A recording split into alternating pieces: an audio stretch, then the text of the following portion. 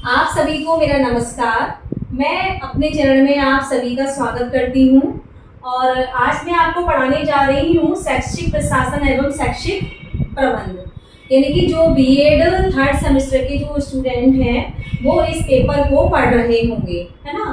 तो हम सबसे पहले समझेंगे कि आखिर प्रशासन किसे कहते हैं या प्रशासन होता क्या है। ठीक है, तो प्रशासन जो है यानी कि जो हमारा क्या कहते हैं ये बनाया हुआ है, कहीं भी किसी भी संस्था पे आप पढ़ेंगे तो बिना प्रशासन के वो संस्था नहीं चल सकती। तो सबसे पहले हम प्रशासन के अर्थ को समझते हैं, यानी कि प्रशासन जो शब्द है वो कहाँ से आया, कैसे इसका उत्पत्ति हुई, कैसे इसको हमने आगे बढ़ाने के लिए कार्य किया। ठीक है, तो सबसे पहले प्रशासन है। प्रशासन जो है संस्कृत के प्र और ये आपके सास धातु से बना है। ठीक है, क्या है, संस्कृत के प्र उपसर्ग सस धातु से बना है। तो ये क्वेश्चन आपके ऑब्जेक्टिव में आ सकता है कि जो प्रशासन शब्द है वो आपके किस शब्द से बना है या किस धातु से बना है। तो ये दोनों चीज आपको पता होना चाहिए कि संस्कृत का हमारा प्र है और जो उपसर्ग है वो हमारा प्र है और हमारा सास जो है वो आपके धातु से बना है। और लेकिन इसका अर्थ हम कैसे मानेंगे, इसका अर्थ क्या है, तो इसका अर्थ है कि उत्कृष्ट रीति से शासन करना। क्या अर्थ माना जाएगा, उत्कृष्ट रीति से शासन करना। अब बात आती है कि आगे कैसे इसको मतलब अंग्रेजी शब्द कैसे माना गया ये।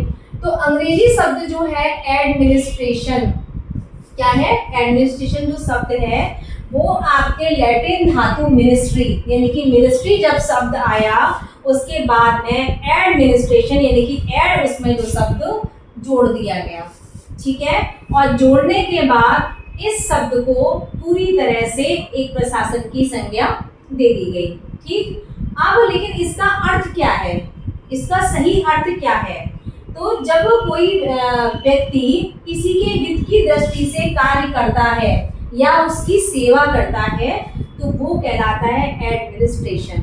जैसे मानो आप किसी कॉलेज में एक टीचर के रूप में कार्य कर रहे हो, तो वहाँ पर क्या होगा कि टीचर जो है वो सेवा करेगा, जो वहाँ पर बच्चे होंगे उनको पढ़ाएगा, उनका मूल्यांकन करेगा।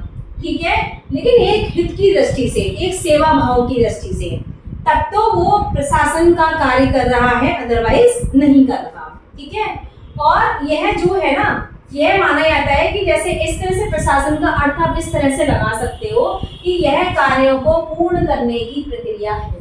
क्या है, यह कार्यों को पूर्ण करने की प्रक्रिया मानी जाती है।